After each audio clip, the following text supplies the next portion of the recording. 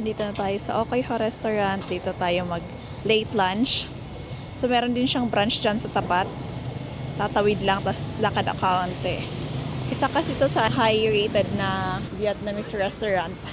Pati yung sa Sapa Yen, nakalagay ito sa may ano nila, parang brochure nila na recommended restaurant nila to experience traditional Vietnamese cuisine daw. Sobrang daming pumpkin. Let's order first. Okay. It's coffee. So how about meal? Eight? Yes. Eight on go. We go upstairs. Okay, thank you. Thank you. Merong ano pala sa baba. So pagpasok sa first floor, coffee lang. May nag-assist naman, sabi niya, meal, eat. Sabi namin, oo. Tapos yun, dinala kami sa second floor. Hello. Yes, for two, please. Here. Thank you. Dito tayo pumesto sa labas para maganda yung view. Meron din naman doon sa loob. Kung nilalamig, pwede dyan. Closed, Pero para sa atin, syempre, hayok tayo sa magandang view. Dito tayo. Look at that. Ang sobrang kulay, lalo kapag gabi, na naka-on na lahat ng ilaw. So yun, order muna tayo. Check ko yung ninonote kung mga recommendation sa Google. So, ang ginagawa ko, nagsisave ako sa Google. Para kapag andun na, alam ka na yung ma-idea na ako kung ano yung mga recommended ng mga kumain na dito. So, ang nakalagay dito is try black chicken stew and pumpkin and Viet spring rolls. So, mag-spring roll kami, tapos yung chicken nila. May horse meat sila. Nakatry ka na ba ng horse? Han, I would want to try. Oh, wow. For sure makunat yun. So, nagmili pa si Jeff, pero yung ending din naman yan is, yung chicken nga. Parang gusto ko itong black chicken. Ano ba yung order natin? Yun nga, ang order namin is, hindi yung nasa pumpkin, black chicken din yun. Sige, yun na lang. So, ito yung order natin. Black chicken stew and pumpkin, so for 115 VND siya. So, medyo magkamahalin din pala, around 900 pesos. Sige na lang kunin natin. Tapos, without rice pa yata yun. Kuha din tayo ng Vietnamese spring roll. Gusto ko rin to, pero kainin na natin maubos. Andito na yung ating food. Tapos, nalobot ng aking camera, kaya yung aking phone na yung gamit ko ngayon. Kaya hindi ko alam kung same quality. Wow! Ayan yung ating pumpkin. So, yan yung nila, black na chicken.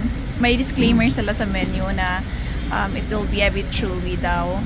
Kasi parang native ata siya. Tapos, meron tayong dip na salt and chili pepper. Meron din lemon. Tapos yun naman, dip na isa pa rin sa spring rolls. Wait lang natin tapos pati yung rice. Tapos kakain na tayo. How's your beer? Same lang. Mas masarap ka sa local beer na. Mas masarap yan? O, so pinagpapalit niya na daw yung pale pilsen at Red Horse. Ano nga? Mas masarap sa Red Horse? Mas masarap. Talaga? Wala na, pinagpapalit na yung Red Horse. Pero dito ako excited sa pumpkin. Kakainin din kayo natin yung kapag kaya natin, kakainin din natin yung mismong pumpkin. Kasi lalagyan ulit nila yan. Hindi. Kasi sobrang over na. Kailangan na mahugasan nila.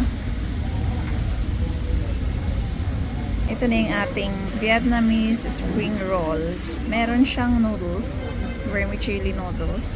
Lagi talagang may pahalaman. Tikman mo nga kung ano ang iyong masasabi. Tinikman ko na actually. Bago pa ako nag-video. So ito yung chicken nila. Itim yung parang taba-taba niya. Tapos pati yung buto, itim din. So ito yung parang native na manok nila dito. Ang sobrang lasa. Ang sarap.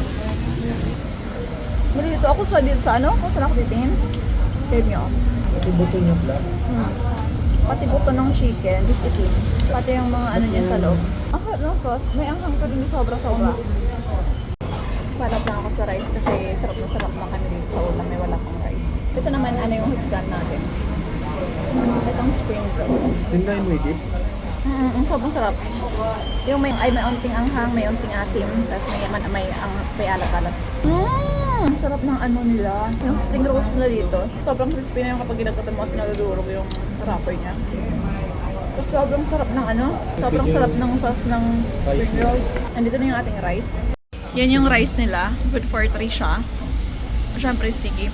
Ang ganito yung rice na dito eh. Yung ang ganda lagi ng pagkakaluto, tapos yung malagkit. Parang so far sa mga lahat ng kinain namin, ito yung pinaka-nasarapan ako.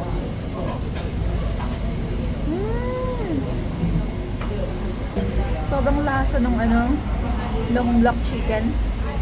Tapos nakalagdag pa yung mushroom niya. Nakadagdag sa lapot at tamis yung pumpkin.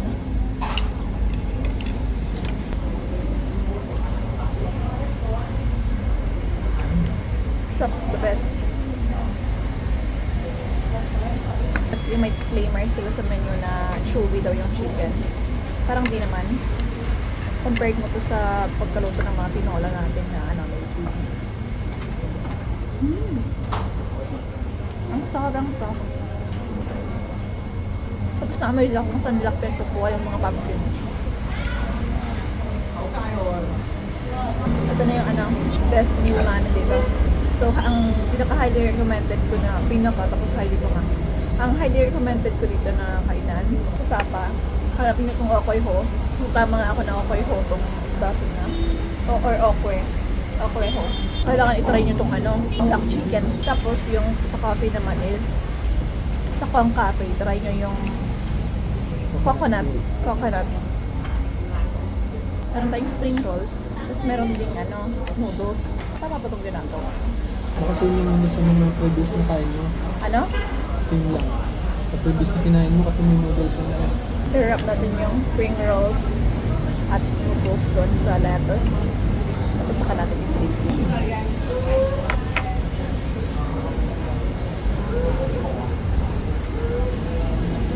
Sarap. Paano kayo nila nagawa yun? Yung lahat nun pala pwedeng i-wrap sa lettuce, di lang samgyup.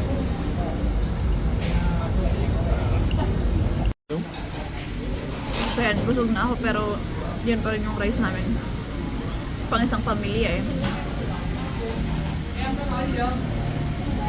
Yan, super sticky. Busog na kami. Yung pumpkin stew, may onti pa yung natira. Pero hindi na talaga kaya. Pati yung rice, hindi na rin kaya. Tapos pati yung spring roll, take out na lang namin. Sayang eh.